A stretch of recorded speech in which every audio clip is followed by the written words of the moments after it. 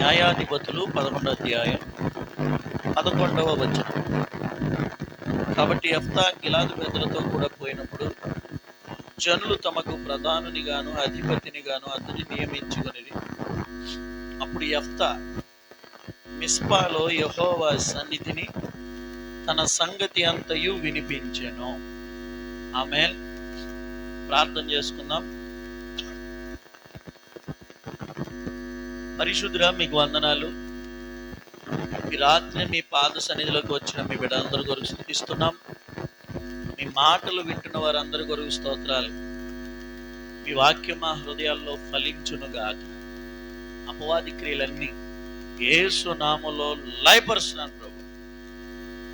మా అందరితో మాట్లాడి బలపరచండి.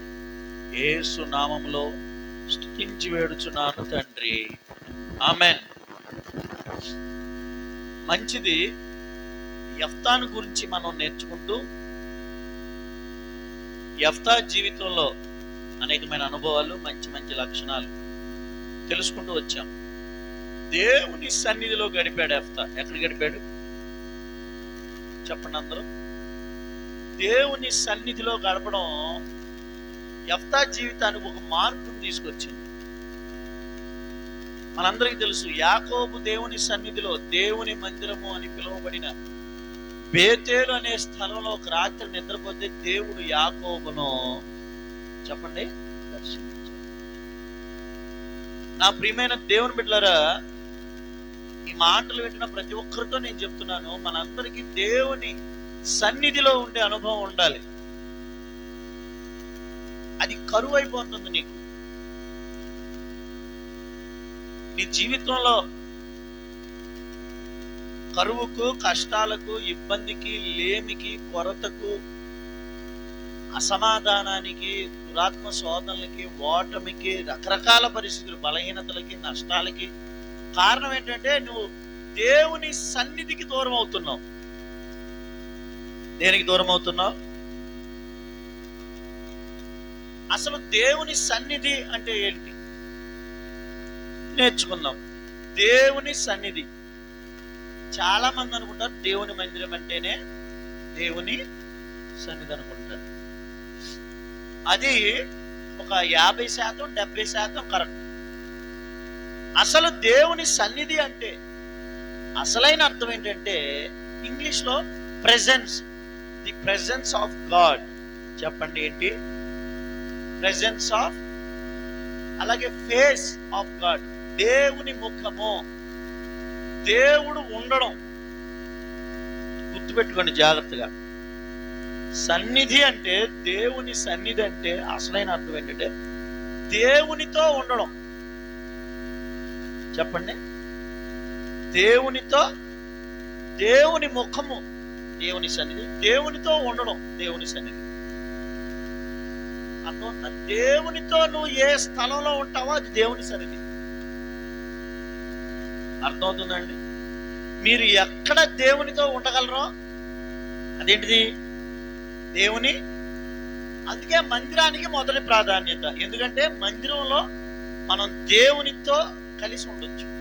అవునా కాదా? మన బంధువుల ఇంటికి వెళ్తే బంధువులతో కలిసి ఉంటాం. పోలీస్ స్టేషన్కి వెళ్తే పోలీసు వారు ఉంటారు. ఎంఆర్ఓ ఆఫీస్కి వెళ్తే ఎంఆర్ఓ గారు అక్కడ సిబ్బంది ఉంటారు. ఒక కోర్టుకి వెళ్తే అక్కడ సేటు గారు ఉంటారు. చదువుకునే చోటుకి వెళ్తే టీచర్లు, విద్యార్థులు. మందిరానికి వస్తే అక్కడ దేవుడు ఉంటారు. నేను చెప్తున్నా, దేవునితో మనం కలిసే ప్రతి చోటు ఏంటిది? దేవుని సన్నిధి. చెప్పాలి మీరు. దేవునితో మనం కలిసి ఉండే స్థలాన్ని ఏమంటారు? హల్లెలూయా. అందులో మొదటి ప్రాధాన్యత దేనికి? అది. మందిరం ఒక్కటే కాదు దేవుని సన్నిధి, కానీ దేవుని సన్నిధిలో మొదటి ప్రాధాన్యత ఏది? మందిరం. ఇప్పుడు మీరు దేవుని సన్నిధిలో ఉండాలనుకుంటున్నారు, అంటే దేవునితో గడపాలనుకుంటున్నారు. ఎక్కడ బెస్ట్ ప్లేస్ అది చెప్పండి.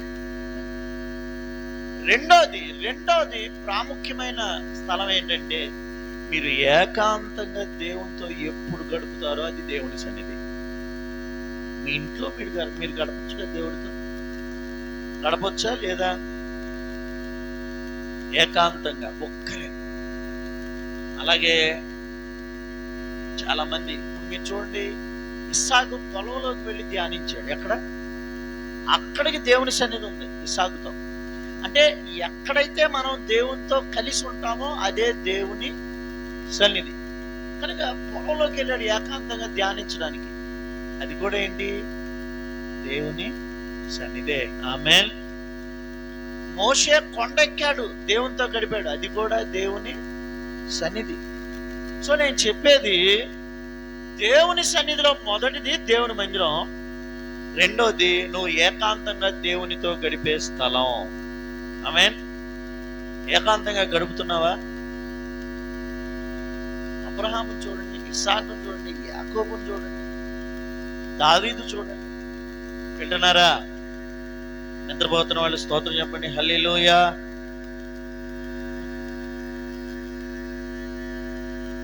మరి దేవుని సన్నిధి నీతో ఉందా లేదా అనేది దీన్ని బట్టి అర్థమైపోతుంది. ఏమేంటి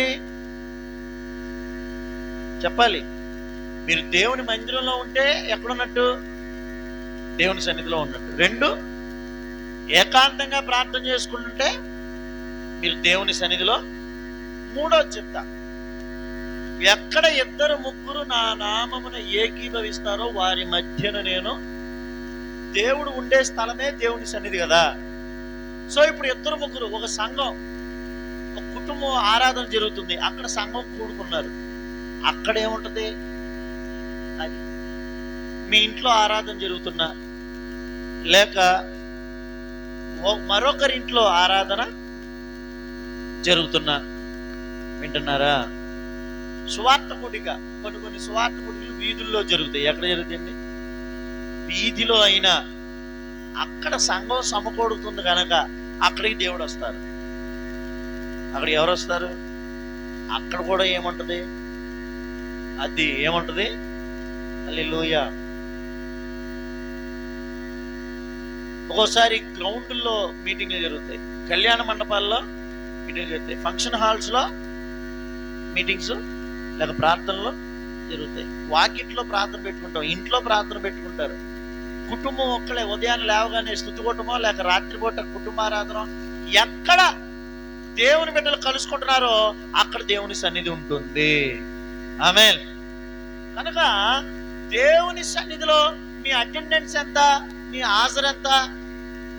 పోయిన సంవత్సరం ప్రభుత్వంలో అమ్మఒడి పథకం పడాలంటే పిల్లలకి 75% అటెండెన్స్ ఉండాలని ఏదో రూల్ పెట్టినట్టున్నారు.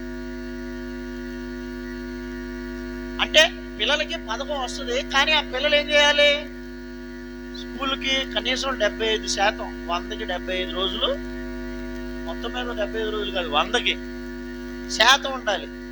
అప్పుడు వచ్చే పథకం వస్తుంది. మరి దేవుని పిల్లలు దేవుని సన్నిధిలో ఎంత శాతం గడపాలి? ఏమండి? ఓకే, ఒక విషయం చెప్తా. గ్రామంలో, పట్టణంలో అనేక సంఘాలు ఉన్నాయి, అనేక సంఘాలు కూడుకుంటాయి. కనీసం నీ మందిరంలో నువ్వు ఎన్ని రోజులు గడుపుతున్నావు? ఎంత సమయం గడుపుతున్నావు? సంఘ ఆరాధనల్లో ఎన్నిసార్లు నువ్వు గడుపుతున్నావు? ఏకాంతంగా ఎంత సమయం దేవుడితో గడుపుతున్నావు? కుటుంబ ఆరాధనలు, స్త్రీల కుడికలు, యవనస్తుల కుడికలు, కొన్ని సంఘాల్లో పురుషుల కుడికలు జరుగుతున్నాయి, ఆన్లైన్ ప్రేయర్స్. ఏమండి? వింటున్నారా? ప్రభుకి స్తోత్రం. సువార్త కూడిక, ఉపవాస కూడిక, కృతజ్ఞత కూడిక, స్తుతి కూడిక, ఆయా ఇళ్ల దగ్గర ఆయా ప్రాంతాల్లో సంఘము సమకూడి ఆరాధిస్తుంటే నువ్వు పాలు పొందుతున్నావా? నేను చెప్పిన మాట మీలో ఎంతమందికి అర్థం అవుతుందో ఒకసారి స్తోత్రం చెప్పండి. ఇప్పుడు మన ముఖ్య అంశం ఏంటి? దేవుని సన్నిధిలో మనం గడపాలి. ఎక్కడ గడపాలి? మరి దేవుని సన్నిధిలో గడపడం అంటే ఏంటి? అంటే దేవుని సన్నిధి ఏంటో తెలియాలిగా. వాటిలో 3 విషయాలు చెప్పా. దేవుని సన్నిధిని 3 విషయాల్లో చెప్పా. ఏమేంటి? మందిరములో దేవుని సన్నిధి, ఏకాంతంగా గడుపుతున్నప్పుడు అది దేవుని సన్నిధి. 3, సంఘం ఎక్కడ సమకూడితే, ఇవాళ మా ఇంట్లో, రేపు మీ ఇంట్లో, మరొక చోట, మరొక ఇంట్లో, లేదా మరొక వీధిలో, మరొక చోట ఎక్కడో ఒక ఆరాధన జరుగుతుంది. అక్కడికి దేవుడు దిగి వస్తున్నప్పుడు నువ్వు ఎందుకు రావట్లేదు? సన్నిధిని పోగొట్టుకుంటున్నావు దేవుని బిడ్డ. దేవుని సన్నిధిలో నీ హాజరు ఎంత? ఈ రోజు మందిరం మానేసిన వాళ్ళు మరి ఏం పోగొట్టుకున్నట్టు? గడిచిన సంవత్సరం అంతా ఎన్నిసార్లు దేవుని సన్నిధిని పోగొట్టుకున్నావు? నేను చెప్పేది మందిరం ఒకటే కాదు, అందుకే మళ్ళీ మళ్ళీ గుర్తు చేస్తున్నా. మందిరం మానేసావు, ఏకాంత ప్రార్థన వదిలేసుకున్నావు, మందిరంలోకి వచ్చి ప్రార్థన చేసుకోవడం మానేసావు, మందిరంలో ఆరాధన జరుగుతుంటే ఆరాధనలో మానేసుకున్నావు. అంతేనా? ఎక్కడ ఆరాధన జరిగినా ఎప్పుడూ ఉండే వ్యక్తివి, మొత్తం ఆరాధనలే. అంటే దేవుడు ఉండే స్థలానికి నువ్వు రాకుండా మానేశావు. ఈ పోయిన సంవత్సరం అంతా దేవుని సన్నిధికి ఎంత దూరం అయ్యావో ఒకసారి ఆలోచించు. కారణాలు చాలా ఉండొచ్చు. ఇప్పుడు మన పిల్లలు ఒక 10th క్లాస్ పబ్లిక్ ఎగ్జామ్ రాయడానికి వెళ్తున్నారు అనుకోండి. ఆ రోజు ఇంట్లో ఎవరికి ఆరోగ్యం బాగాలేదు అనుకోండి, పిల్లల్ని ఆపేస్తామా? బుద్ధున్న వాళ్ళు ఎవరైనా పరీక్షకి వెళ్ళే పిల్లల్ని ఆపుతారా? చెప్పండి ఒక మాట. అదేంటి, ఇంట్లో ఒంట్లో బాగోకపోయినా మాట్లాడాలి. మన పసి అప్పట్లో 10th క్లాస్ ఎగ్జామ్స్ రాసే టైంలో ఈశ్వరరావు అంకుల్కి సీరియస్ అయింది. మరి పరీక్షలు రాయడం మానేసాడా? చూసుకున్నారు, ఆత్మీయులు బంధుమిత్రులు దగ్గరుండి అంకుల్ని చూసుకున్నారు, హాస్పిటల్లో చూపించారు. పిల్లలు పరీక్ష రాసుకుని ఒక సమయం స్కూల్లో గడిపి వాళ్ళ నాన్నగారి దగ్గరికి వెళ్ళి చూసి వచ్చాడు. అలా 10th రాసుకున్నాడు, అలా చదువుకున్నాడు, బీటెక్లోకి వచ్చాడు, వాళ్ళ జాబు సంపాదించుకున్నాడు. ప్రతి చిన్న కారణానికి మానేసి ఉంటే ఆ రోజు నిజంగా అది ముఖ్యమైన కారణమే. కానీ దేవుని దయని బట్టి బలహీనత నుంచి బయటపడ్డారు. ఇటు తమ్ముడు పరీక్షలు రాసుకున్నాడు, అటు అంకుల్ కూడా ఆరోగ్యంతో అప్పుడు ఇంటికి తిరిగి వచ్చాడు. నేను ఒక మాట చెప్తున్నా, ఏ తల్లి అయినా తండ్రి అయినా, ఇంట్లో తాత అయినా అమ్మమ్మ అయినా నాయనమ్మ అయినా అన్నకైనా తమ్ముడికైనా ఒంట్లో బాగోకపోతే పబ్లిక్ పరీక్షలకు రాసి వెళ్ళేవాళ్ళు ఆ రోజు పరీక్ష మానేస్తారా? ఎందుకు మానరు? ఇంట్లో వాళ్ళకంటే అది ఎక్కువ. ఏమండి, వాస్తవంగా ఆలోచిస్తే ఇంట్లో వాళ్ళకంటే అది ఎక్కువ. కానీ అంత ప్రాణాల మీదకి రాలేదుగా, అంత మానాల్సిన అవసరం. కానీ వాళ్ళ పిల్లల్ని ప్రార్థన ఎందుకు మానిపిస్తున్నావు తెలుసా? ప్రార్థన యొక్క ఆవశ్యకత, ప్రార్థన యొక్క ప్రాధాన్యత, హలో, దేవుని సన్నిధి యొక్క విలువ తల్లిదండ్రులకు తెలియట్లా, ఒక భర్తకు తెలియట్లా. అందుకే తన భార్యను ప్రార్థనకి వెళ్ళనివ్వట్లా. అసలు వాళ్ళ మనకే తెలియట్లా దేవుని సన్నిధి యొక్క విలువ.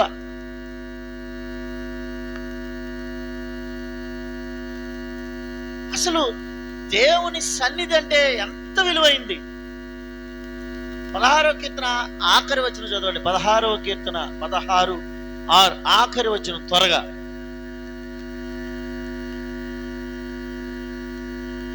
నీ సన్నిధిలో సంపూర్ణ సంతోషం ఉంది. హల్లెలూయా. ఏముంది? అందరూ చెప్పట్లా గట్టిగా? ఆమేన్. ఎవరైనా సంతోషం దొరికే చోటికి రాకుండా ఉంటారా? ఏమా ఏమండి చెప్పండి. మొన్న మధ్య సినిమా రిలీజ్ అయిందంట. ఆడవకి ఎందుకండి అంత తొక్కిసలాట మధ్యలో? అసలు వాళ్ళ అదుపుంటట్లా. ఆడవ కూడా వెళ్ళిపోయింది. అసలే ఫస్ట్ షోలో బెనిఫిట్ షోలో ఉంటాయి వందలు, కొన్ని చోట్లకి వేల మంది అభిమానులు వచ్చేస్తారు. ఎందుకు? ఒక ఆడమండి వెళ్ళి తొక్కేసలాట్లో చచ్చిపోయింది.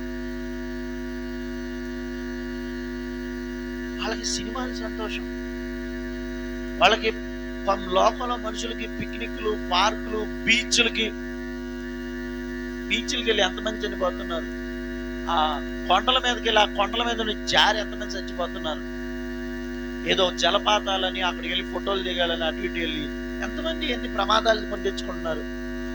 కానీ దేవుని సన్నిధిలో నీకు సంతోషం ఉందా? ఉంటే ఎందుకు రావు? మళ్ళీ ఏ సంతోషం అంట? ఏ సంతోషం? హల్లెలూయా. అసలు మందిరానికి నువ్వు ఇష్టంగా వస్తే నీ ఏడుపు నీ దుఃఖం అంతా ఎగిరిపోదా? ఆమేన్. ఏడుపుతో నువ్వు వచ్చినా సంతోషంతో వెళ్తావు. అది మందిరంలో అయినా నువ్వు ఏకాంతంగా ప్రార్థన చేసుకున్నా, లేక అసలు దేవుని సన్నిధి ఎక్కడుంటే అక్కడికి నువ్వు రాగలిగితే నీకు సంపూర్ణ సంతోషం వచ్చేస్తుంది. హల్లెలూయా. నేను దీన్ని ఇలా చెప్పగలను, దేవుని సన్నిధిలో నువ్వు సంపూర్ణంగా ఉండగలిగితే సన్నిధిలో ఉన్న సంతోషం కూడా నీకు సంపూర్ణంగా దొరుకుతుంది. నేను చెప్పిన మాట ఎంతమందికి అర్థమైంది? దేవుని సన్నిధిలో సగం ఉంటే సగమే పొందుకుంటాం. దేవుని సన్నిధిలో పావు నీకు అటెండెన్స్ ఉంటే పావే. అసలు దేవుని సన్నిధికే దూరం అయితే సంతోషం, సమాధానం, ఆనందం, ఆరోగ్యం అన్నిటికీ దూరం అయిపోతాం. దేవుని సన్నిధిని సంపూర్ణంగా నువ్వు అనుభవించాలి. హల్లెలూయా. సంవత్సరానికి 52 ఆదివారాలు, సుమారుగా 52 శనివారాలు. వింటున్నారా?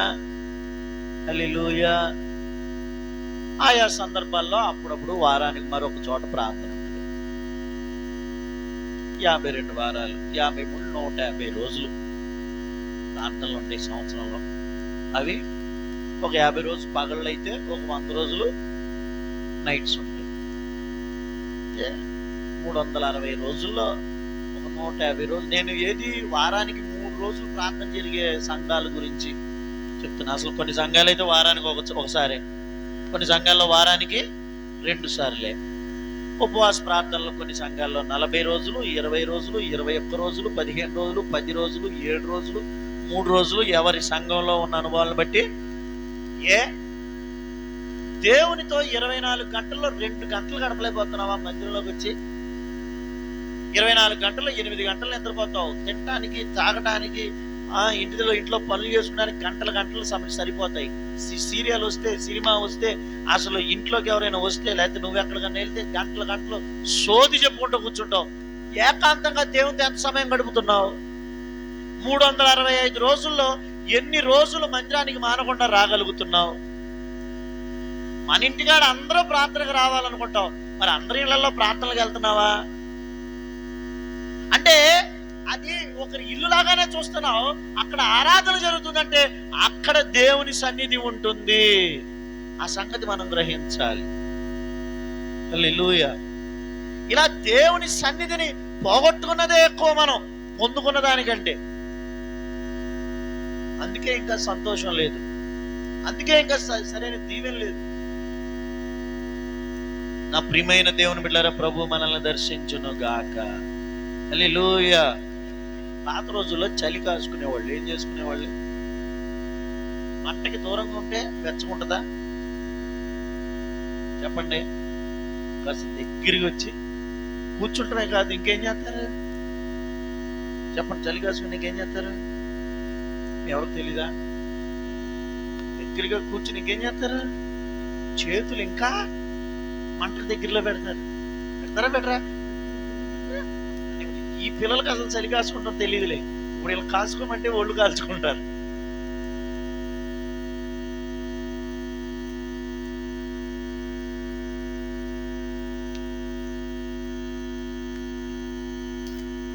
హల్లెలూయా. ఒదిగిపోతానయ్యా ఈ సన్నిధిలో, నిద్రపోతానయ్యా నీ సన్నిధిలో. పిల్లలంటే వేరు, పెద్దోళ్ళు కూడా. దేవుడు దేని బట్టి మీరు నిద్రపోరలేదు. దేవుడు మిమ్మల్ని దీవించును గాక. స్తోత్రం చెప్పండి గట్టిగా.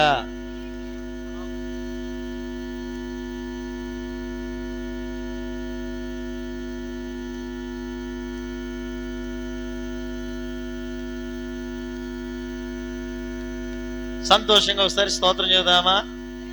హల్లెలూయా. దేవుని సన్నిధిని రోజు అనుభవిస్తున్నావా? ఇది ఈరోజు దేవుడు నీకు వేస్తున్న ప్రశ్న. ఎందుకు గడపట్లా? దేవుని సన్నిధికి ఎందుకు దూరం అయ్యావు? అయ్యా పనులు ఎక్కువవుతున్నాయి అయ్యా, అయ్యా మనసు బాగోలేదయ్యా, అయ్యా ఇంట్లో పరిస్థితులు బాగాలేదయ్యా, అయ్యా మందిరానికి రాలేకపోతున్నానయ్యా, ఎవరో ఒకరు చుట్టాలు వస్తున్నారు, లేకపోతే నేను ఎక్కడో చోట ప్రయాణానికి వెళ్ళాల్సి వస్తుంది. ఇవన్నీ కుంటి సాకులు. ఇంకా చెప్పాలంటే సాతాను ప్లాన్లో నువ్వు పడిపోయావు. ఎందులో పడిపోయావు చెప్పాలి? దేవుని సన్నిధికి వస్తే సంతోషం ఉంది, ఉందా లేదా? దేవుని సన్నిధిలో ఆరోగ్యం ఉంది, ఆమేన్. దేవుని సన్నిధిలో మేలు ఉంది. వింటున్నారా? మీరు ఏకాంతంగా ప్రార్థన చేసుకున్నా, మానక ప్రతి చోట ఆరాధనకి మీరు నడిచిన, మానకుండా మందిరానికి నడిచిన, ఆ సన్నిధిలోని మేలులన్నీ పొందుకుంటాం. హల్లెలూయా. మరి అవన్నీ మనకు రాకూడదనేగా. ఎవరిదే? సాతాను యొక్క ప్లాన్. ఎలాగోలా నీకు ఆటంకం కలుగు చేస్తాం. మనుషుల ద్వారానో, ఆ రోజు మనసు చెడగొట్టో, ఆ రోజు ఇంట్లో వాతావరణాన్ని చెడగొట్టో, ఆ రోజు ఇంట్లో ఆటంకం కలుగు చేసో, ఆ రోజే ఎవరినో నీ ఇంటికి తీసుకొచ్చో, నిన్ను ఎక్కడికో తీసుకెళ్లాలనో, ఏదో చోటకి మందిరానికి దూరం చేసి, ప్రార్థనకి దూరం చేసి, ఏకాంతంగా దేవునితో గడిపే మనసే లేకుండా చేస్తున్నాడు సాతాను.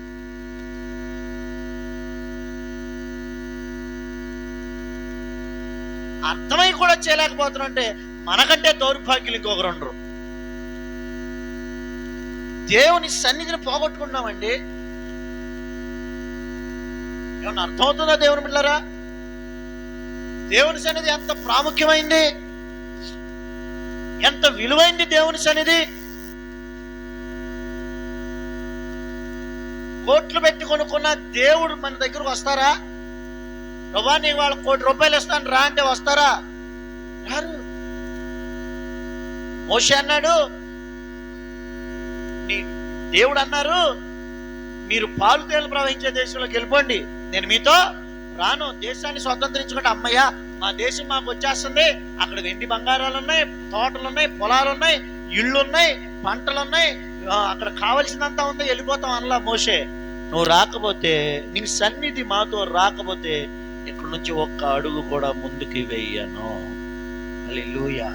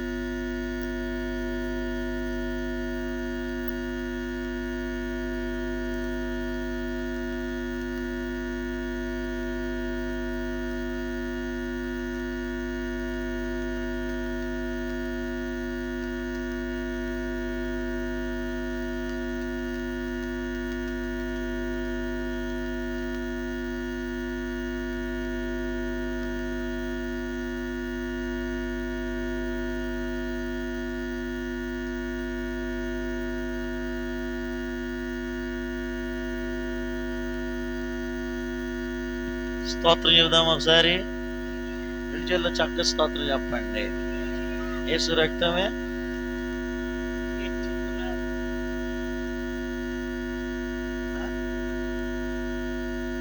చెప్తున్నానండి? దేవుని సన్నిధి. మోషే మోషే నువ్వు రాకపోతే ఒక్క అడుగు కూడా. వింటున్నారా ఏమన్నాడు? నువ్వు రాకపోతే నేను ఇవాళ మందిరానికి వెళ్ళకపోయినా పర్లా, ఇవాళ ఇంటి దగ్గరే ఉంటా. నేను ఇవాళ ఏకాంతంగా దేవునితో గడపకపోయినా పర్లా, నేను మనుషులతో మాట్లాడుకుంటా ఉండాలి. ఫోన్ చూసుకుంటా ఉండాలి, టీవీ చూసుకుంటూ ఉండాలి. నాకు పని ముఖ్యం, నాకు మనుషులు ముఖ్యం, నాకు నా ఆలోచనలు ముఖ్యం, నాకు నా నా సొంత అభిప్రాయాలే ముఖ్యం, నాకు నా ప్రయాణమే ముఖ్యం. నేను ఇవాళ దేవునితో గడపలా, నేను ఇవాళ పలానా సహోదరి ఇంట్లో ప్రార్థన జరుగుతుంది, నేను అక్కడికి వెళ్ళలా, అసలు ఈ మధ్యకాలంలో నేను ఏకాంత ప్రార్థన చేసుకోవట్లా, నేను దేవుని మందిరానికి దూరం అయిపోయాను, నేను ఎక్కడ ప్రార్థన జరిగినా వెళ్ళట్లా, దేవునికి బాగా దూరం అయిపోయాను, దేవుని సన్నిధికి దూరం అయిపోతున్నాను అన్న బాధ కొంచెం కూడా లేదండి. అసలు మనకు ఆశీర్వాదం ఎలా వస్తుంది? దేవుని సన్నిధి అంటే ఏంటి? మళ్ళీ చెప్పాలా? దేవుని సన్నిధి అంటే ఏంటి చెప్పండి. ఏంటండి? చెప్పారుగా, దేవునితో ఉండడం. దేవుని సన్నిధి ఏంటి? ఇప్పుడు దేవుని సన్నిధి వద్దు అనుకున్నావు అంటే దేవునితో ఉండడం వద్దు అనుకుంటున్నావు అంటే దేవుణ్ణే వద్దు అనుకున్నావు నువ్వు. నీకు అర్థం కాలా? నేను మానతనాది మందిరమేగా, హలో, నేను ఒక నైటేగా, ఒక రాత్రి ప్రార్థనేగా మానింది, ఒక ఆదివారమేగా మానింది. అలా ఒక్క ఆదివారం అని ఒకటే 50 ఆదివారాలు అయి ఉంటాయి కొంతమంది జీవితంలో. వింటున్నారా? స్తోత్రం. మొన్న మధ్యవరం కాలనీ మందిరానికి వచ్చి రంగులు ఎప్పుడు వేసారు అంటున్నారు. ఏంటి చెప్పండి? రంగులు ఎప్పుడు వేయటం? పోయిన క్రిస్మస్కి వేసాం, వాళ్ళు వచ్చింది అక్టోబర్లో. ఇదేంటి కొత్తగా వేసినట్టున్నాయి? కొత్తగా ఏంటి? పోయిన క్రిస్మస్కి వేసాం, 10 నెలలు అయిపోయింది అంటే మీరు వచ్చి ఎన్ని రోజులు అయిందో అంటున్నారు పక్కన వాళ్ళు. అట్లా ఉంటుంది వాళ్ళ మందిరం. ఒకరోజేగా ఏకాంత ప్రార్థన. ఏంటి చేసుకునేది ఏకాంత ప్రార్థన? నా మనసేం బాగలా, నా పరిస్థితులు ఏవి బాగలా, నాకు అసలు కుదరదులా. కలెక్టర్ గారికైనా ఖాళీ ఉంటుంది కానీ నాకు చెప్పండి, అసలు నాకు నన్ను అంట్లు ప్రపంచంలో ఎవరికైనా ఉన్నాయా? 2116 అంట్లు తోమాలి నేను రోజును. ఏంటి అందరూ ఏమైనా తోముతున్నారు అన్నట్లు? నాకున్న అంట్లు 1116 వస్త్రాలు ఉతకాలి. 116 మందికి భోజనాలు వండాలి. మన ప్రెసిడెంట్ హౌస్, రాష్ట్రపతి భవనం 200 గదులని విన్నాను నేను, నాకు కరెక్ట్ గా తెలుసు. అంతకంటే పెద్ద ఇల్లు అయ్యా మన.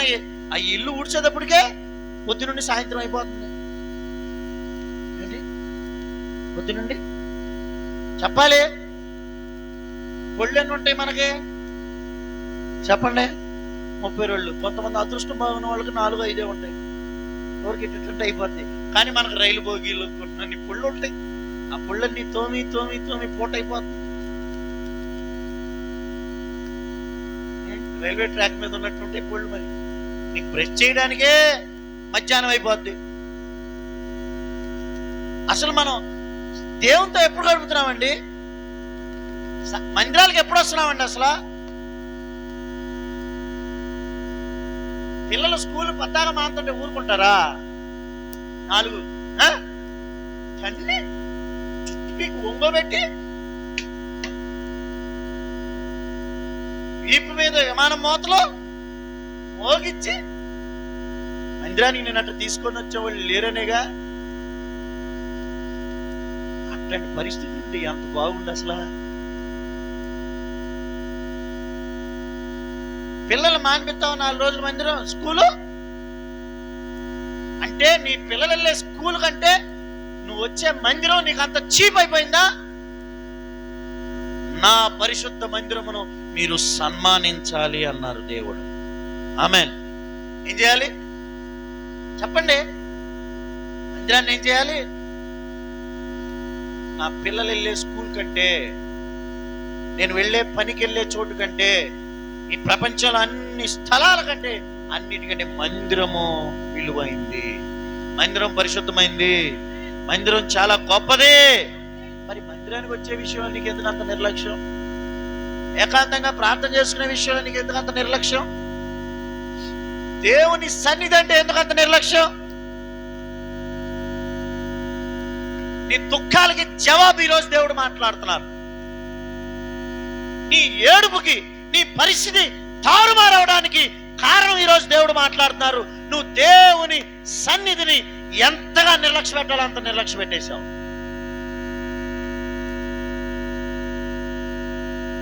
ఎక్కడ ప్రార్థన జరిగినా నడిచే వ్యక్తి ఒకప్పుడు నువ్వు, కానీ వాడు అసలు ఎక్కడ ప్రార్థన జరిగినా నీకు అసలు పట్టింపే లేదు.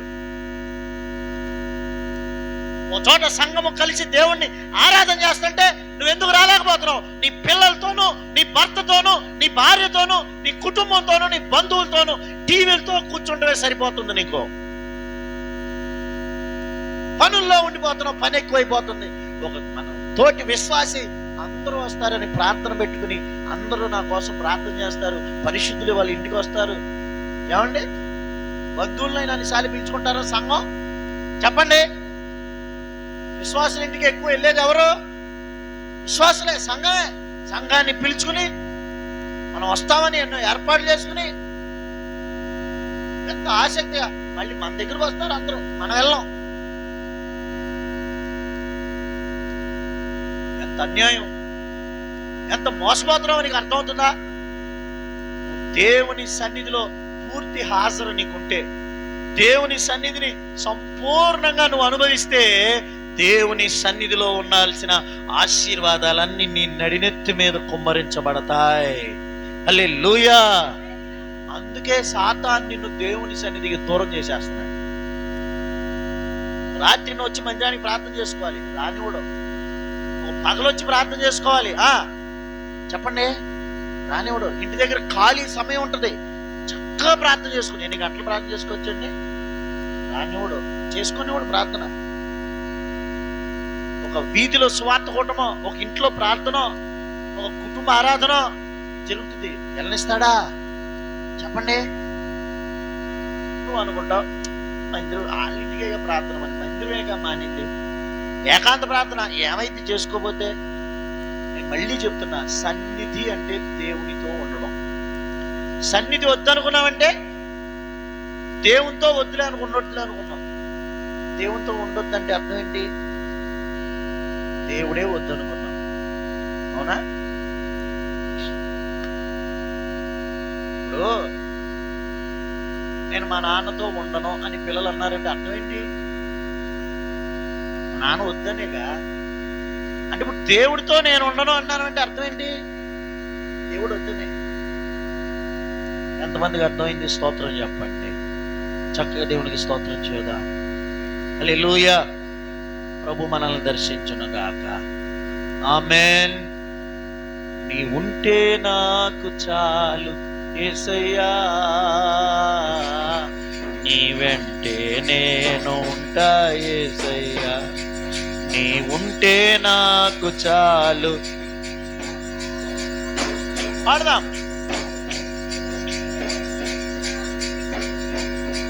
నీ మాట చాలయ్యా, నీ చూపు చాలయ్యా, నీ తోడు చాలయ్యా, నీ నీడ చాలయ్యా,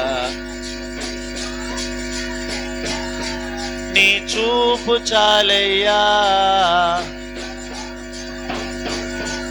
నీ నీడ చాలయ్యా, నీ ఉంటే నాకు చాలు యేసయ్యా, నీ వెంటే నేను ఉంటా యేసయ్యా. హల్లెలూయా. ఆయన ఉంటే చాలు. ఎవరుంటే చాలు? ఆయన ఉంటే చాలంటే ఆయన సన్నిధి చాలని. మరి ఆయన సన్నిధి వద్దంటున్నామంటే ఆలోచించుకోండి, మీ విశ్వాస స్థాయి అసలు ఏ స్థితికి వెళ్ళిపోయిందో. ఈరోజు 2 ప్రాముఖ్యమైన విషయాలు మీ ముందు ఉంచుతాను. ప్రస్తుతానికి 2 అనుకున్నా, దేవుని ఆత్మ నన్ను ప్రేరేపించినవి. నేను గుర్తొస్తే 3 అవ్వచ్చు, 4 అవ్వచ్చు. ముఖ్యంగా 2. ఎన్ని 22. ఎన్ని అవునా?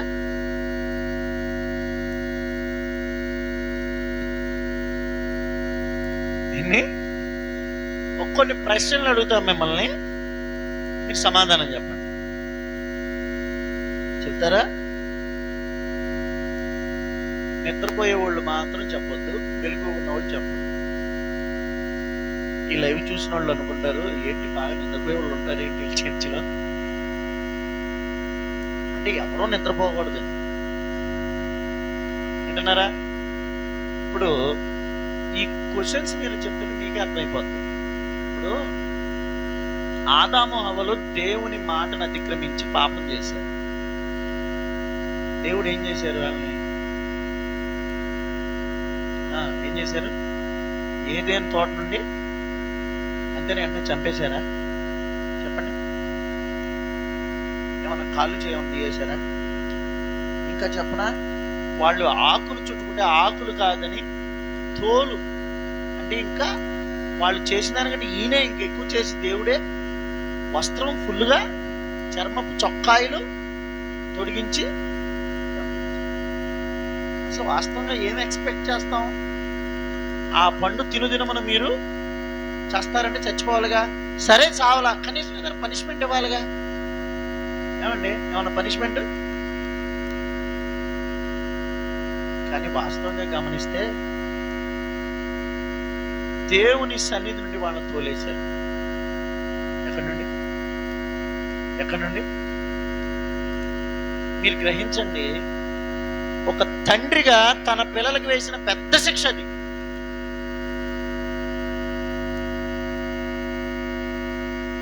అసలు ఆదాము వాళ్ళకి దేవుడు వేసిన పెద్ద శిక్ష ఏంటి? ఆయన అంటే ఇక నుంచి నేను మీతో మాట్లాడను, మిమ్మల్ని కలవను, ఇక మీరు నేను కలిసి ఉండే అవకాశం. అది అంత పెద్ద శిక్ష. తల్లి, ఒక నాన్న కూడా, మా నాన్నగారు కూడా ఆయనకి ఎక్కువ కోపం వస్తే ఇంట్లోంచి వెళ్ళిపోమనేవాడు. అదే ఆయన పెట్టే శిక్ష. అంటే ఒక ప్రేమించే తండ్రికి కొట్టడం కంటే, తిండి పెట్టడం మానేయడం కంటే, ఇంకేదో శిక్షలు వేయడం కంటే నేను దూరం అవడమే వాళ్ళ పెద్ద శిక్ష అనుకుంటారన్నమాట ప్రేమించే తండ్రి. నేను చెప్పిన మాటలు అర్థమవుతున్నాయా? స్తోత్రం చేద్దామా? భార్యాభర్తలు ఇంట్లో ఒకరితో ఒకరు మాట్లాడుకోకుండా ఎడముఖం పెడముఖంగా ఉంటూ, ఎవరి వంటలు చేసుకుంటూ, ఎవరి బట్టలు ఉతుక్కుంటూ, ఆయనకి బంగారం ఉంది, ఈమెకి ఒంటి మీద బంగారం ఉంది, ఆయన కడుపు నిండా తింటున్నాడు, ఈమె కడుపు నిండా తింటుంది, ఆయనకి మంచి వస్త్రాలు ఉన్నాయి, ఈమెకి. చెప్పండి, నేను మిగిలితే మీరు చెప్పాలా? మంచి వస్త్రాలు ఉన్నాయి, ఆయనకి ఒక సపరేట్ మంచం ఉంది, ఈమెకి ఒక సపరేట్ మంచం. కానీ వీళ్ళిద్దరూ ఒకరితో ఒకరు మాట్లాడుకోవట్లా. ఆ కుటుంబంలో సంతోషం ఉందా? చెప్పండి. తిండికి లోటు లేదు, బంగారానికి లోటు లేదు, డబ్బుకి లోటు లేదు, హలో, వాహనాలకి, ఇద్దరికి చెరొక మంచం. కానీ ఇద్దరు ఒకరితో ఒకరు ఏం చేసుకోవట్లా. అది కుటుంబమేనా? అది సంతోషంగా ఉన్న కుటుంబం. కానీ ఇల్లు కారుతూ ఉన్న ఇల్లు ఉంటుంది, ఉన్న 4 మెతుకులు పచ్చడితో చక్కగా కడుపు నిండా భోంచేస్తున్నారు. ఎవరి దగ్గర బంగారం లేదు, కనీసం ఒక పరుపు మంచం కూడా లేదు, కింద చాప మీదే పడుకుంటున్నారు, పట్టెడు మెతుకులు చక్కగా తింటున్నారు, పిల్ల పాపలతో సంతోషంగా ఉదయాన్ని లేచి ఒకరినొకరు చక్కగా మాట్లాడుకుంటారు. ఎంతో ప్రేమ వాళ్ళ మధ్యలో ఉంది. ఏది నిజంగా సంతోషంగా ఉండే కుటుంబం?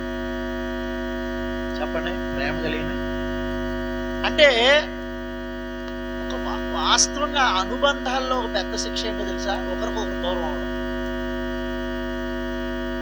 ఒకరికొకరు దూరం అవడమే పెద్ద, చెప్పండి రా, శిక్ష. అదే శిక్ష ప్రభు ఆదాము హవ్వలకి వేశారు. మానవులు మనం అర్థం చేసుకోవాలి. నిన్ను ఆయన కొట్టలా, నీకు ఆయన చావు ఇవ్వలా, నీకే క్యాన్సర్ రోగం రాలా, నీ ఇల్లు కుప్పకూలిపోలా, నీ ఉద్యోగం ఊడిపోలా, నీకేమి పెద్ద పిడుగుపడలా. నువ్వు అనుకుంటావు నేను బాగానే ఉన్నాగా అనుకుంటావు, కానీ దేవుడు నీకు దూరం అయ్యారు. అదే పెద్ద శిక్ష నీకు, తెలుసా? నా బంగారం నాతోనే ఉందా, నా డబ్బు నాతోనే ఉందా, నా పిల్లలు నాతోనే ఉన్నారా, నా భర్త నా భార్య నాతోనే ఉన్నారా, నా కుటుంబం నాతోనే ఉందా, నా వ్యవసాయం బాగుందా, నా ఆరోగ్యం బాగుందా, నా జీవోత్సవాలు కలిగి ఉన్నానా, నేను పుష్టిగానే ఉన్నానా, అన్ని చూసుకున్నా. అసలు దేవుళ్ళు లేరు. ఆదాము వాళ్ళకి పిల్లలు పుట్టారు, ఆదాము వ్యవసాయం చేసుకుంటున్నాడు, 900 సంవత్సరాలు బతికాడు ఆదాము. ఎన్ని సంవత్సరాలు చెప్పాలి? ఎన్ని సంవత్సరాలు బతికాడు ఆదాము? కానీ బ్రతికినంతకాలం ఎవరికి దూరంగా ఉన్నాడు? దేవునికి. నువ్వు అలాగే ఉన్నావు. ఈరోజు దేవుని సన్నిధికి దూరం అయిపోతున్నావు.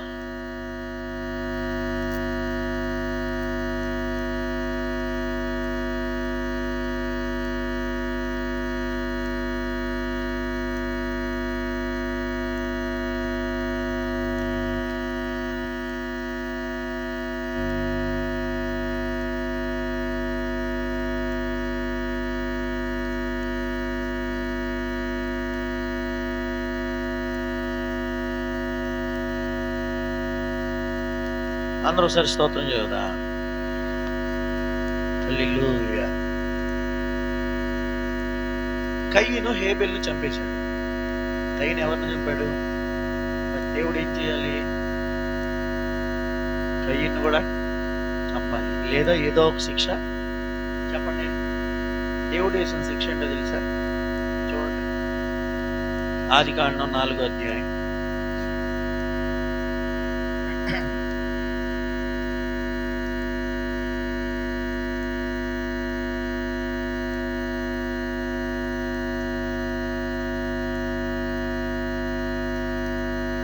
పదమూడవ వచనం చదువుకుందాం.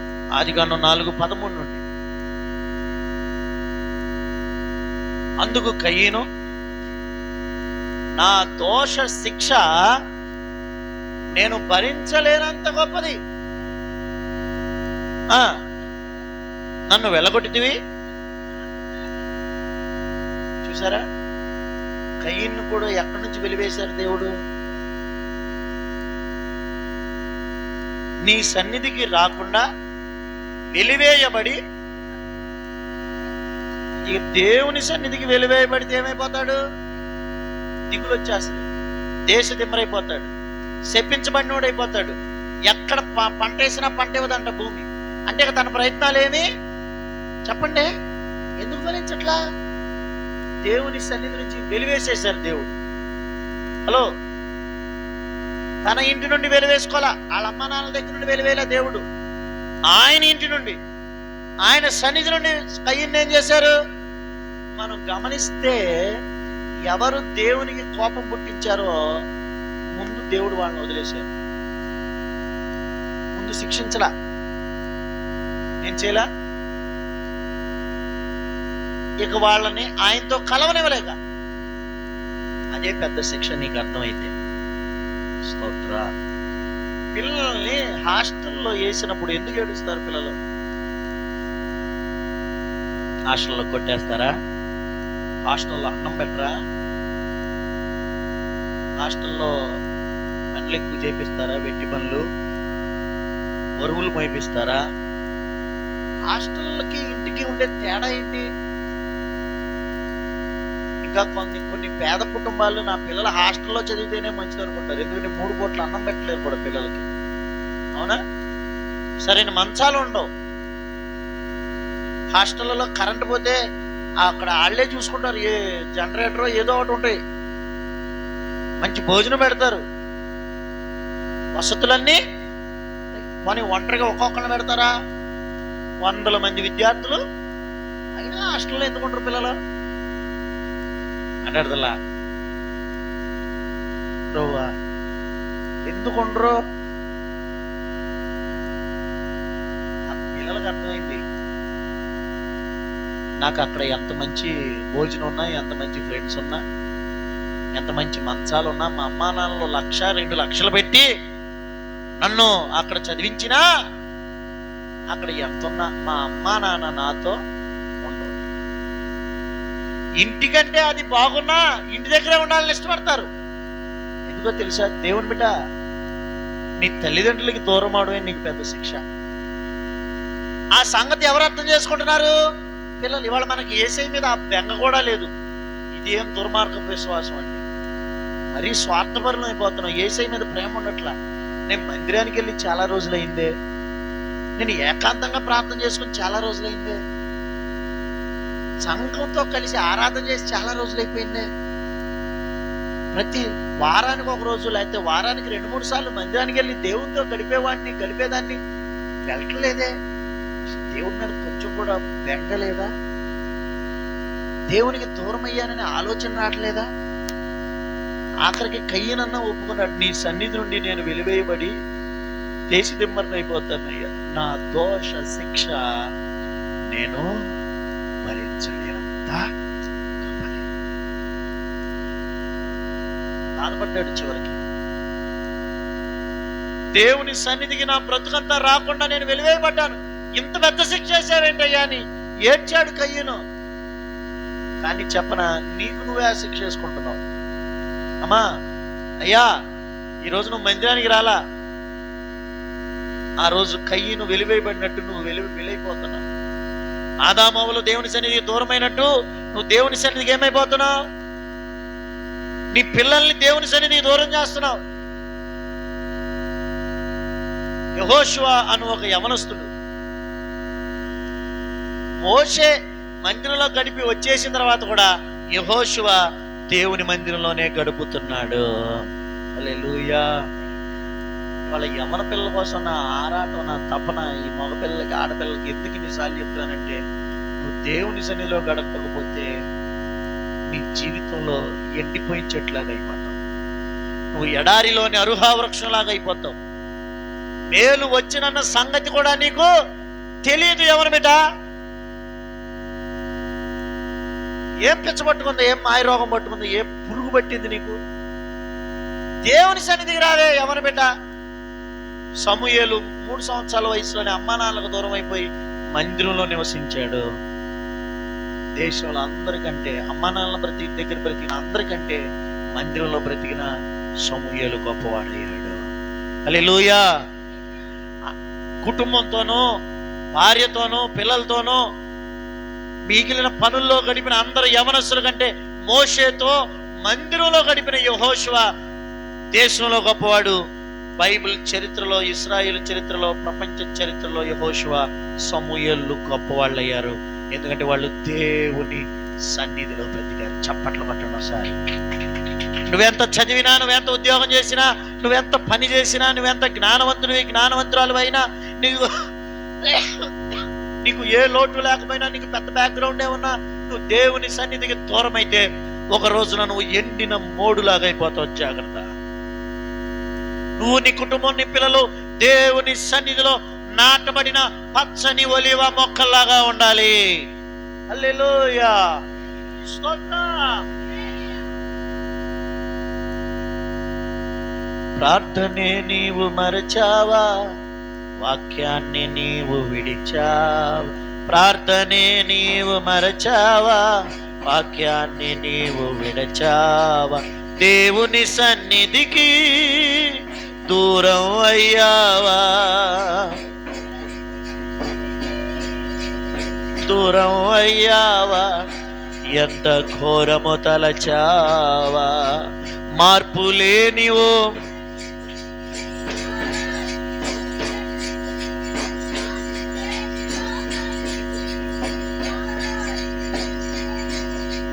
నొప్పి లేని భక్తి చేయకు సంగమా, క్రియలు లేని భక్తి.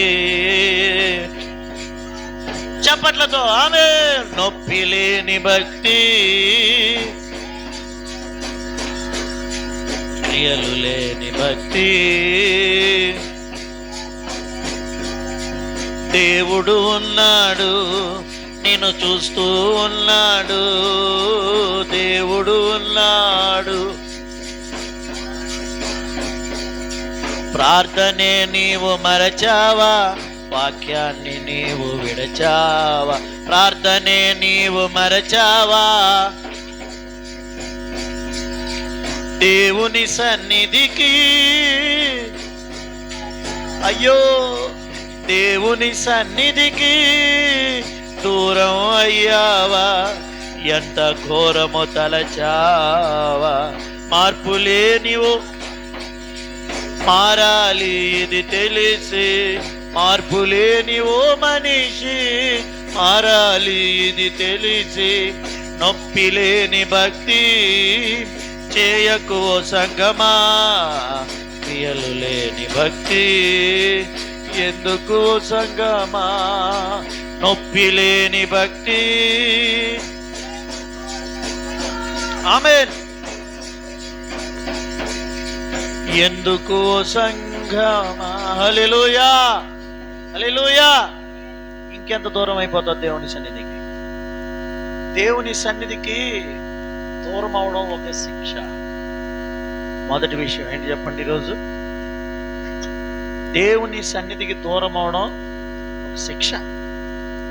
అసలు మొట్టమొదటి ఆదాము వాళ్ళకి దేవుడు వేసిన శిక్ష ఏంటంటే ఆయన దగ్గర నుండి తోసేశారు వాడు. కయ్యూనికి ఆయన సన్నిధి నుండి ఏం చేశారు? ఆయన వెళ్ళగొట్టేశారు. మీకు ఒక మాట చెప్తా. ఈ మాట బాగా ఎవరికి అర్థమైందో తెలుసా? దావీదుకి అర్థమైంది. ఎవరికి? అందుకే దావీదు పాపం చేసినప్పుడు నీ సన్నిధి నుండి నన్ను తోసేద్దయ్యా అన్నాడు. అర్థమవుతుందా? దేవుని కోపం వస్తే ఏం చేస్తారు? ఆయన సన్నిధి నుండి తోసేస్తారు. అంటే ఇక ఆయన మందిరానికి రాలేం, ఏకాంతంగా ఆయనతో గడపలేం, ఆయన సన్నిధిని అనుభవించలేం. దేవుడు వదిలేస్తారు, దేవుడు దూరం అయిపోతారు. ఆ సంగతి ఎవరికా తెలుసు చెప్పండి? దావీదుకు తెలుసు కనుక పాపం చేసిన వెంటనే ప్రభు సన్నిధికి వచ్చి, ప్రభు నన్ను చంపొద్దని అడగల, నా సింహాసనం తీసేయొద్దని అడగల, నన్ను శిక్షించొద్దని అడగల, నీ సన్నిధి నుండి నన్ను త్రోసివేయద్దు, నీ ఆత్మ నా యొద్ద నుండి. ఈ రెండే అడిగాడు. ఎప్పుడన్నా అడిగావా? అయ్యా నీ సన్నిధి నుండి నేను దూరం అవ్వకూడదయ్యా అని అడిగావా? చెప్పాలి. మీరు జాగ్రత్తగా గమనించండి. భయంతో అడిగాడు దావీదు. అంటే శిక్షగా ఎక్కడ దేవుడు నన్ను శిక్షించి ఆయన సన్నిధికి దూరము చేస్తాడు అని దావీదు భయపడ్డాడు. కానీ వాళ్ళ భయం లేకుండా మనమే దూరం అయిపోతున్నాం దేవుని సన్నిధికి. ఎంత భయం లేని భక్తి అండి ఇది. దేవుని సన్నిధికి నేనేంటి వాళ్ళు దూరం అయ్యాను, అమ్మో ఏంటి నాకు ఈ శిక్ష, ప్రభువే ఒకవేళ నన్ను దూరం చేశారా, సాతాను నన్ను లాగేశాడా దేవుని సన్నిధి నుండి దూరంగా? భయం వేయట్లేదా నీకు? బాధ కలగట్లేదా? దేవుని వాక్యాన్ని గమనించు, భక్తుల జీవితాలను గమనించు. అందుకే అబ్రహాము హాగరును పెళ్లి చేసుకున్న తర్వాత 13 సంవత్సరాలు దేవుడు అబ్రహాముతో మాట్లాడాల. గమనించండి. ఎన్ని సంవత్సరాలు చెప్పాలా? బాగా చెప్తున్నారు. ఎన్ని సంవత్సరాలు? 13 సంవత్సరాలు అబ్రహాముతో దేవుడు మాట్లాడలేదు. హాగరును పెళ్లి చేసుకుని ఇష్మాయేలు కన్న తర్వాత మళ్ళీ ఎప్పుడు మాట్లాడేది తెలుసా? మళ్ళీ 90 సంవత్సరాలు వచ్చినాక, మళ్ళీ 99 సంవత్సరాలు వచ్చినాక మాట్లాడుతూ, నా సన్నిధిలో నడుచుచు నిందారహితుడవై ఉండు. అంటే కొంచెం ఈ హాగర్తో పెళ్లి, ఇంకా కొన్ని ఐగుప్తుకి వెళ్ళి రావడం, అటు ఇటు వెళ్ళాడు అబ్రహాము. మళ్ళీ దేవుడు చెప్తారు, నా సన్నిధికి దూరం అయ్యావు, నువ్వు నా సన్నిధిలో నడువు. అర్థమవుతుందా? ఎన్ని సంవత్సరాలు నడిచేటప్పటికి చూడండి. ఆదికాండంలోకి రండి ఒకసారి. 17 ఆ 17 16 16 16 16ను 17 ఒకటి కలిపి చదవండి.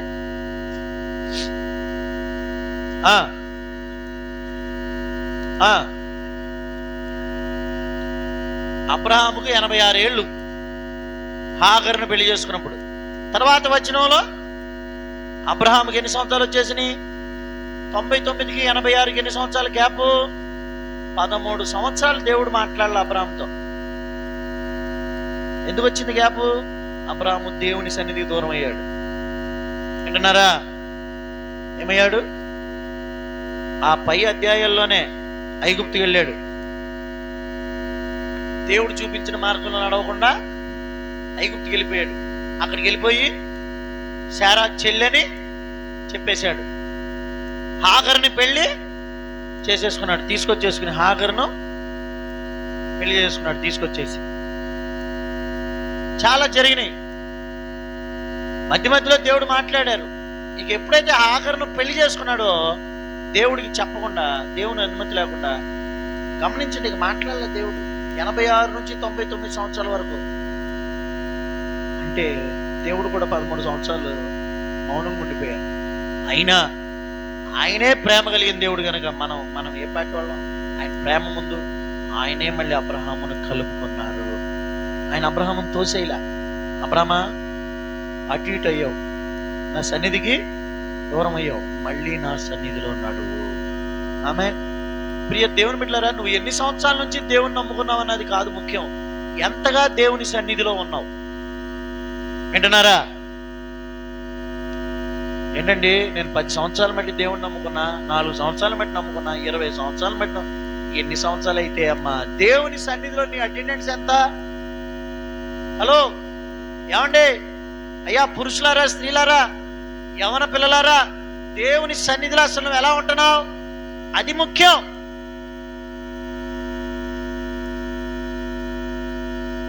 పిల్లలు మందిరానికి రారు, పురుషులు మందిరానికి రారు, స్త్రీలు మందిరానికి రారు.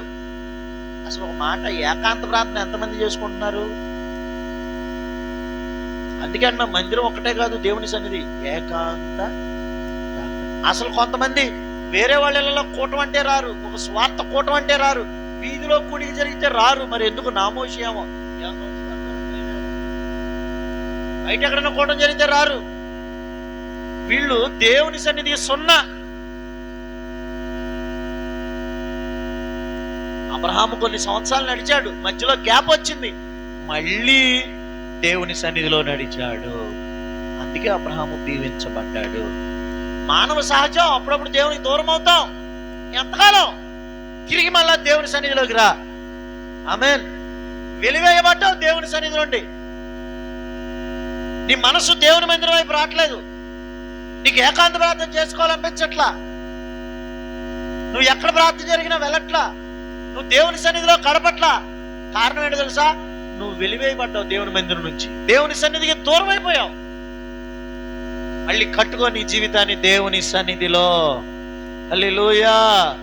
అందుకే ప్రభు అన్నారు, అబ్రామా, ఇక నుండి నా సన్నిధిలో నిందారహితంగా నడుచుకో. నా సన్నిధిలో నడవడం మానేశావు, నా సన్నిధిలో ఉండడము మానేశావు, మళ్ళా నా సన్నిధికి రా, నాతో గడుపు. హల్లెలూయా.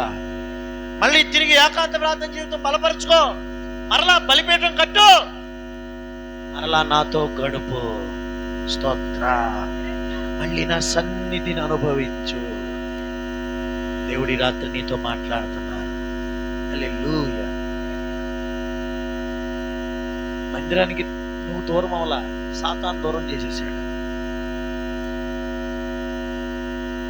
ఏకాంత ప్రార్థన నువ్వు మానుకోలా, సాతాను మానిపించేశాడు. ప్రార్థనలకి నువ్వు కాదు మానుకుంటున్నది, నీ పరిస్థితులు కాదు, సాతానే నిన్ను దూరం చేశాడు. ఇప్పటికైనా కళ్ళు తెరుచుకుంటే తిరిగి మరలా దేవుని సన్నిధిలో నడువు. హల్లెలూయా. మొదటిగా చెప్పా, దేవుని సన్నిధికి రాకపోవడమే ఒక శిక్ష. చెప్పాలి, దేవుని సన్నిధికి రాకపోవడమే. రెండో విషయం చెప్తానే, అదే ఆదికాండం 18వ అధ్యాయం. ఆదికాండం 18వ అధ్యాయం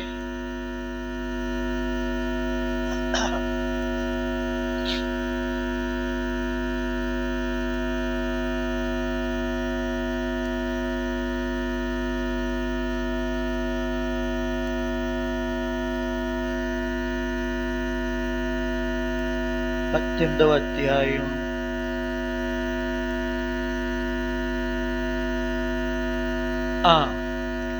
21, 22 వచనాలు చదువుకుందాం.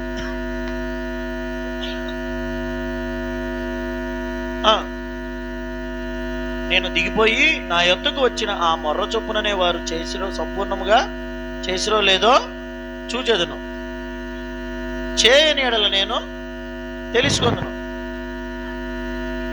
ఆ మనుషులు అక్కడి నుండి తిరిగి సొదొమ వైపుగా వెళ్ళిరి. అబ్రహాము ఇంకా యెహోవా సన్నిధిని. మనందరికీ తెలుసు, అబ్రహాము ఇంటికి ప్రభు వచ్చారు. 3 మనుషులు కనబడినప్పుడు అబ్రహాము వెళ్ళి సాగిలపడి ఏం చేశాడు? టీ ఇచ్చాడా? ఏమన్నాడు? సాష్టాంగపడి ఇంటికి తీసుకొచ్చి తర్వాత ఏం చేశాడు? కడుపు నిండా భోజనం పెట్టి సాగనంపడానికి వచ్చాడు అబ్రహాము. వింటున్నారా? వచ్చినప్పుడు ప్రభు అన్నారు, నేను చేయబోయే సంగతి అబ్రహాము దాస్తానా? నేను సొదొమ గొమొర్రాల్లో పాపం గురించి విన్నాను, చూశాను, మొర్ర వచ్చింది నా దగ్గరికి. నేను దిగిపోయి వెళ్ళి వాళ్ళు నిజంగా చేశారో లేదో వాళ్ళని శిక్షించాలా వద్దా ఎంక్వైరీ చేస్తానని దూతలను పంపించేశారు.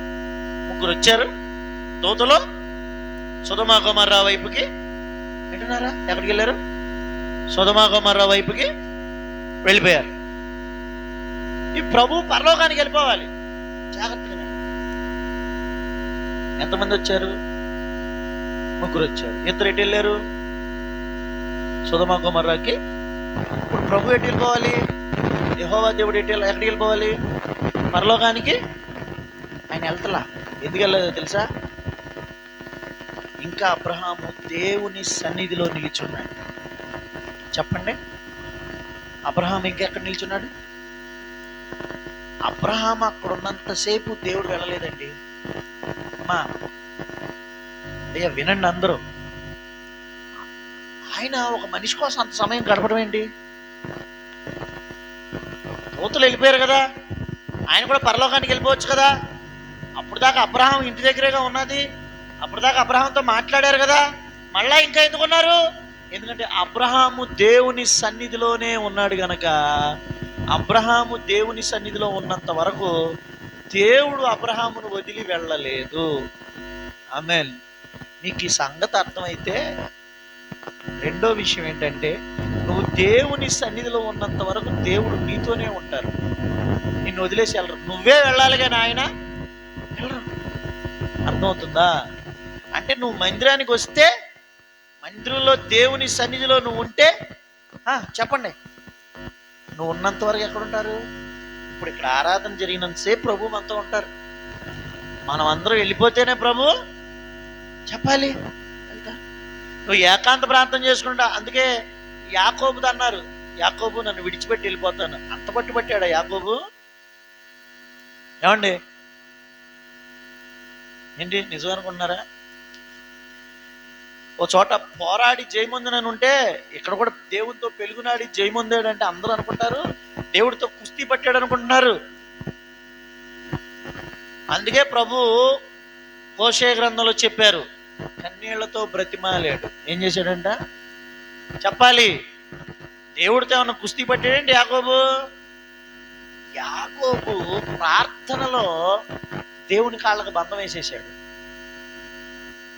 అంతేగాని ఏమన్నా మంత్రశక్తితో దేవుని బంధించాడా, లేకపోతే బలంతో బంధించాడా? కాదు, ప్రార్థనతో దేవుడు ఆ ప్రార్థన దాటి వెళ్ళిపోతున్నారు. చప్పట్లు కొట్టండి ఒకసారి, చప్పట్లు. హల్లెలూయా. ఎప్పటి వరకు దేవుడు వెళ్ళలేకపోయారు? నువ్వు నన్ను ఆశీర్వదిస్తే గాని చెప్పాలా?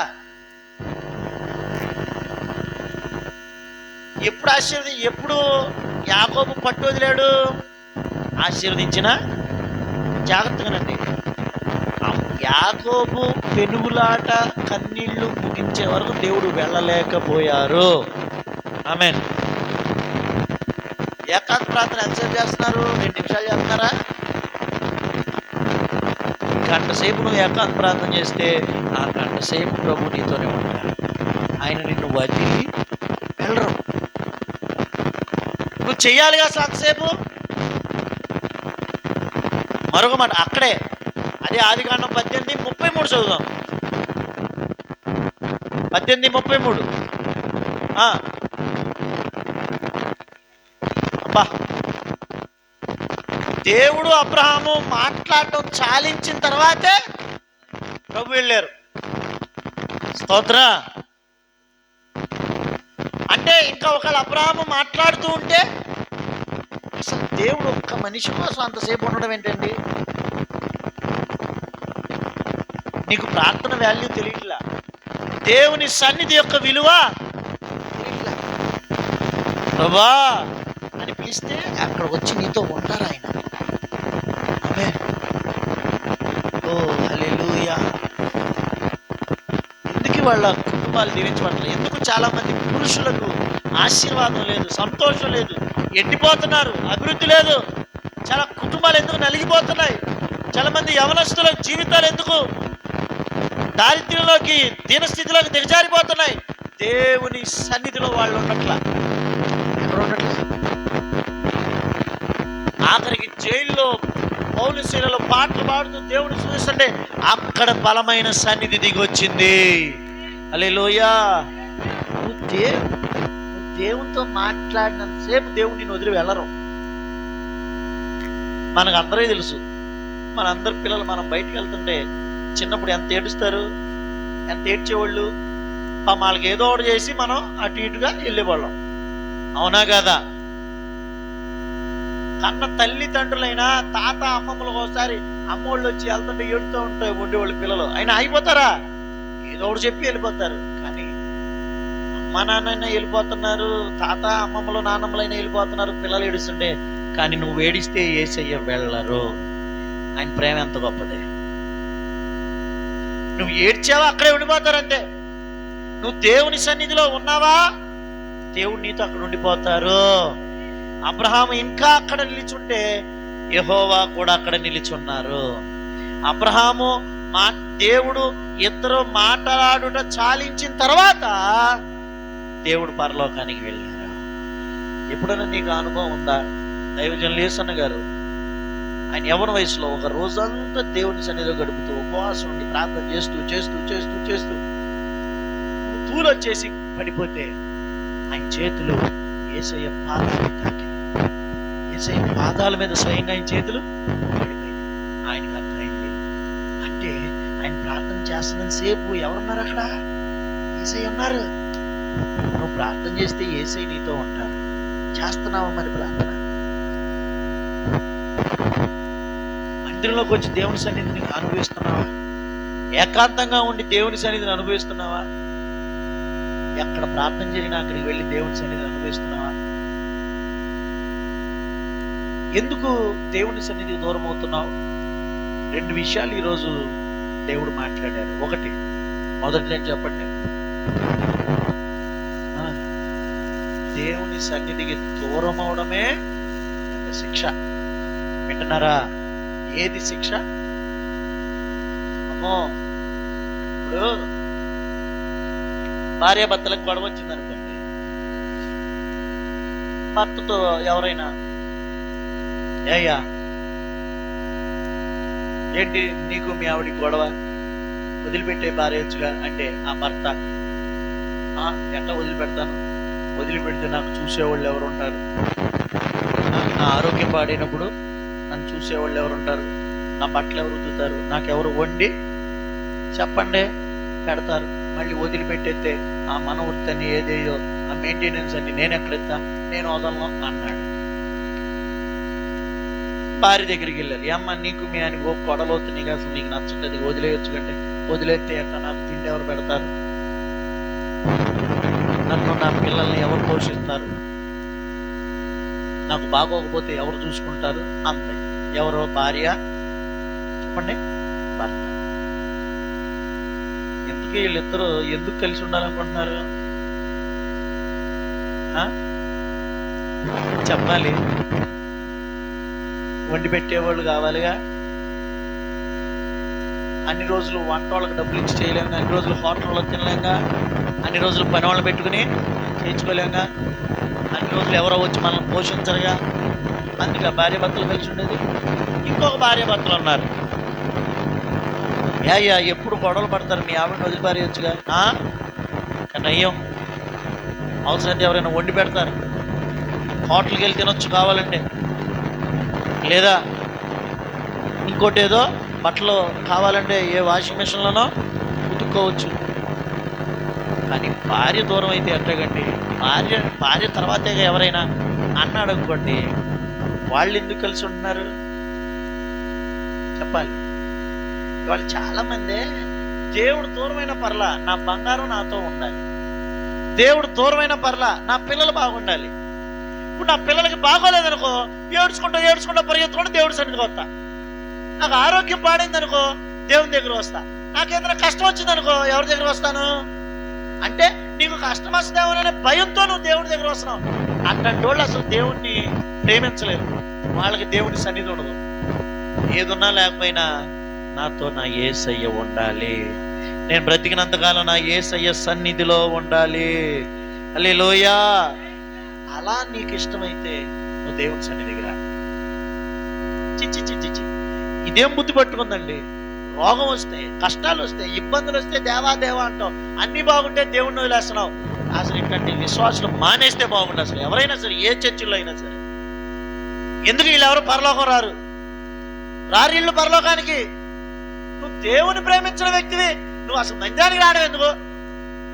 మానేసేయండి. మీరు ఇచ్చే ఆ కానుక అయ్యో బతికిచ్చేతని అనుకుంటున్నారు. నువ్వు దేవుని సన్నిధిని ప్రేమించు. అసలు ఇట్లాంటి విశ్వాసులతో పరలోకానికి వెళ్ళి పెద్ద ఘనత కూడా రాదు. ఏ సేవకుడికి కూడా. సేవకుడికి నిజమైన ఘనత ఏంటంటే దేవుణ్ణి ప్రేమించే విశ్వాసులు ఎంతమంది ఉంటే అంత ఘనత సేవకుడికి. దేవుణ్ణి ప్రేమించే విశ్వాసులు ఉంటేనే అలాంటి వాళ్ళని చూసి దేవుడు సంతోషిస్తారు. చప్పట్లు కొట్టడం ఒకసారి గట్టిగా చప్పట్లు కొడుతూ దేవుణ్ణి స్తుతిద్దాం. హల్లెలూయా, హల్లెలూయా.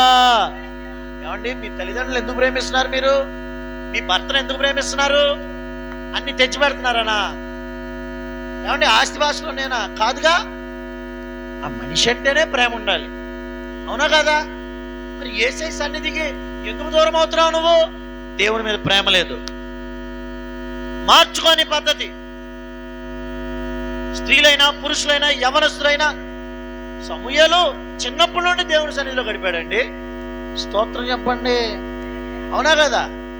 యెహోషువ అనే యవనస్తుడు దేవుని సన్నిధిలో గడిపాడు. హల్లెలూయా. నడి వయసులో ఉన్న అందరూ, దావీదు, ఏమండి, యాకోబు, మనం గమనిస్తే భక్తులందరూ. ప్రభుకి స్తోత్రం చెబుదామా? చక్క దేవునికి స్తోత్రం చెప్పండి. ఏ భక్తులు చూసినా రాజులు, అధికారులు, సామాన్యులు, ఆఖరికి 90 సంవత్సరాల వయసులో అన్న అనే ప్రవక్త్రి దివారాత్రాలు, పగలు రాత్రులు దేవాలయంలో ఉండి దేవుని సన్నిధిలో గడిపింది. అసలు ఏ వయసు వాళ్ళు మానాలి మందిరం? ఏ వయసు వాళ్ళు మానాలండి? ముసలోళ్ళు అయితే రారంట, యవనస్తులు అయితే రారంట, పురుషులు రారంట, స్త్రీలు అన్ని రోజులు రారంట, పిల్లలు రారంట. మరి ఎవరొస్తారు? ముసలోళ్ళు రాక, పురుషులు రాక, స్త్రీలు రాక, యవనస్తులు రాక, పిల్లలు రాక ఎవరు రావాలి? జంతువులు కూర్చుంటాయా మందిరంలో? జాగ్రత్త. నువ్వు దేవుని సన్నిధికి ఎంత దూరం అవుతున్నావో ఈ రాత్రి దేవుడు స్పష్టంగా మాట్లాడుతున్నారు. నేను మీతో చెప్తున్నాను, ఈ సంవత్సరం అంతా దేవుని సన్నిధి బాగా దూరం అయ్యావు కదా, ఈ రోజు నుంచి ఆ పద్ధతి మార్చు. ప్రభా, మందిరంలో నీ సన్నిధిని నేను అనుభవించలా, ఏకాంతంగా నీతో నీ సన్నిధిలో నేను గడపలా, ఏ ప్రాంతంలోనూ సరిగా పాలు పొందక నీ సన్నిధికి బాగా దూరం అయిపోయానయ్యా. అయ్యా, ఈ సంవత్సరం, ఈ చివరి నెల, డిసెంబర్ నెల, ఇక నుంచి నీతో మంచిగా ఒక తీర్మానం చేసుకో. వచ్చే సంవత్సరం దేవుని సన్నిధిని పోగొట్టుకోకుండా ఉంటాను. మందిరంలో అయినా, ఏకాంతంగా అయినా, ఇంకా ఎక్కడైనా దేవుని సన్నిధి అంటే అక్కడ నేను ఉండాలి. ఆమేనంటారా? ఏంటి? దేవుని సన్నిధి అంటే అక్కడ ఎవరు ఉండాలి? నేను ఉండాలి. అబ్రహాము ఇంకా దేవుని సన్నిధిని నిలిచున్నాడు. ఆమేన్. నువ్వు నిలిచుండు దేవుని సన్నిధిలో. నువ్వు ఉన్నంత వరకు యేసే నీతోనే ఉంటాడు. మొదటిది ఈ రోజు నేర్చుకున్నది, దేవుని సన్నిధి దూరం అవడమే పెద్ద శిక్ష. రెండవది, నువ్వు దేవుని సన్నిధిలో ఉన్నంతసేపు దేవుడు నీతోనే ఉంటాడు. ఆమేన్. అంటే ఆరాధన జరుగుతుందంటే ఆయన ఉంటారు, నువ్వు వస్తావని చూస్తారు ప్రభు, నువ్వు రాట్లా. ఏకాంత ప్రార్థన చేస్తావని ప్రభు చూస్తున్నారు, కానీ నువ్వు చేయట్లా. కానీ నువ్వు ఎప్పుడైతే దేవుని సన్నిధికి వస్తావో, దేవుని సన్నిధిని ఎప్పుడైతే అనుభవిస్తావో, నీతోనే ఉంటారు యేసయ్య. మీరు మాట్లాడడం చాలించిన తర్వాతే యేసయ్య వెళ్తారు. హల్లెలూయా. ప్రభు అలా మనల్ని దర్శించును గాక. ప్రభు, మీ సన్నిధిని నేను అనుభవించాలి, మీ సన్నిధికి దూరం అవనివద్దయ్యా అని ప్రార్థన చేసుకుందాం. అందరం కలిసి కళ్ళు మూసుకొని ప్రార్థన చేసుకుందాం. ఈ సంవత్సరం ఎన్నిసార్లు నువ్వు దేవుని సన్నిధికి దూరం అయ్యావు? ఒప్పుకోగలవా ఈ రాత్రి? అమ్మా, అయ్యా, అది ఎవరి బిడ్డ, అది నీకు పని ఎక్కువై కాదు, నీకు పరిస్థితులు అనుకూలించక కాదు, సాతాను నిన్ను దూరం చేశాడు దేవుని సన్నిధి. గ్రహించుకో. గ్రహించుకో, సాతాను దూరం చేశాడు. పరిశుద్ధాత్ముడు నిన్ను ప్రేమించారు గనక ఆయన సన్నిధికి నువ్వు దూరం కాకూడదని దేవుడు ఈరోజు మాట్లాడుతున్నారు. తిరిగిరా మళ్ళా దేవుని సన్నిధికి, దేవుని మందిరంలో స్థిరపడు, ఏకాంత ప్రార్థన ప్రారంభించి కొనసాగించు. ఎక్కడ దేవుని సన్నిధి ఉన్నా పోగొట్టుకోవద్దు. దూరమైన దగ్గరైన ఏదైనా దేవుని సన్నిధి. స్కూల్ దూరం అయితే వెళ్ళట్లేదా? పనులు దూరం అయితే వెళ్ళట్లేదా? ఫంక్షన్స్ దూరం అయితే వెళ్ళట్లేదా? పొలాలు దూరం అయితే వెళ్ళట్లేదా? మందిరం లేక దేవుని ఆరాధన దూరం అయితే ఎందుకు వెళ్ళట్లా? ప్రభు ఈరోజు మిమ్మల్ని దర్శించును గాక. హల్లెలూయా, హల్లెలూయా. ప్రార్థన చేసుకుందాం. ప్రార్థన